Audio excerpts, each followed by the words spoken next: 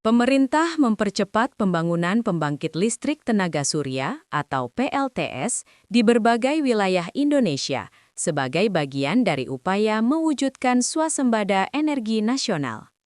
Langkah percepatan ini dibahas dalam rapat yang dipimpin Presiden Prabowo Subianto di Istana Merdeka, Jakarta, Kamis 5 Maret 2026.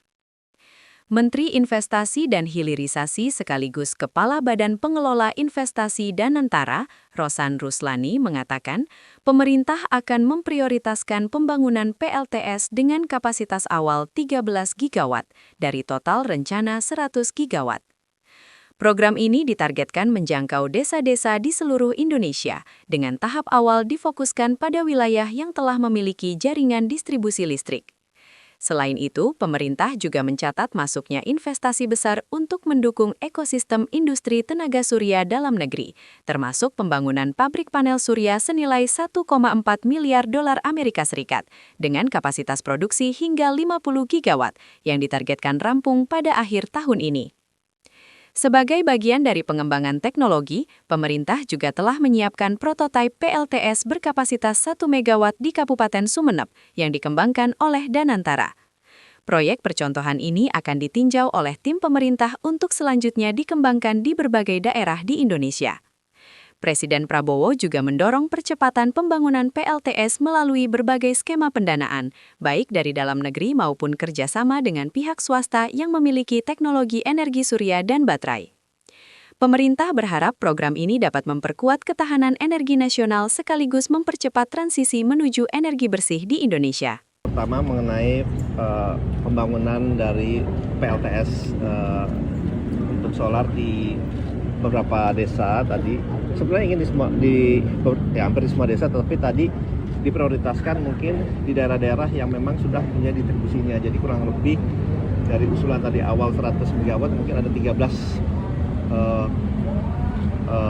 dari 100 gigawatt jadi 13 gigawatt terlebih dahulu yang rencananya akan diprioritaskan. Dan memang saya juga sampaikan kebetulan sudah ada masuk investasi di Indonesia akan selesai tahun ini untuk pembangunan pabrik investasi 1,4 miliar dolar dengan kapasitas 50 megawatt. Jadi itu sudah 50 gigawatt. Jadi itu juga sudah investasi sudah masuk. Akhir tahun ini akan selesai. Jadi itu juga akan membantu untuk kita bisa pakai produksi dalam negeri kita untuk proyek PLTS ini. Nah, itu yang dari tadi sampaikan dan diharapkan nanti dari SDM dan kami untuk mempersiapkan itu dan untuk bisa ini mempercepat.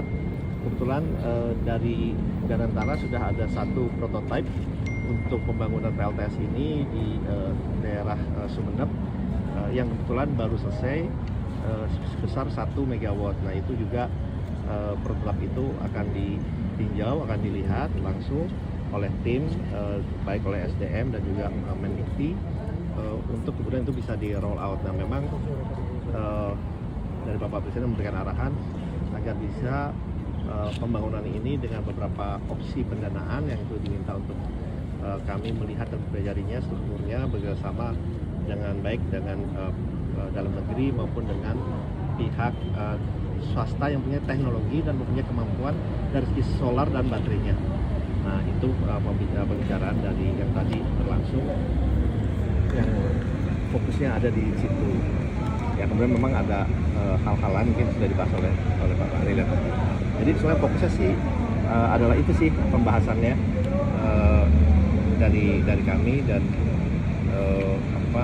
kurang lebih seperti itu. Pak, yang investasi tadi itu investasi baru di tahun ini?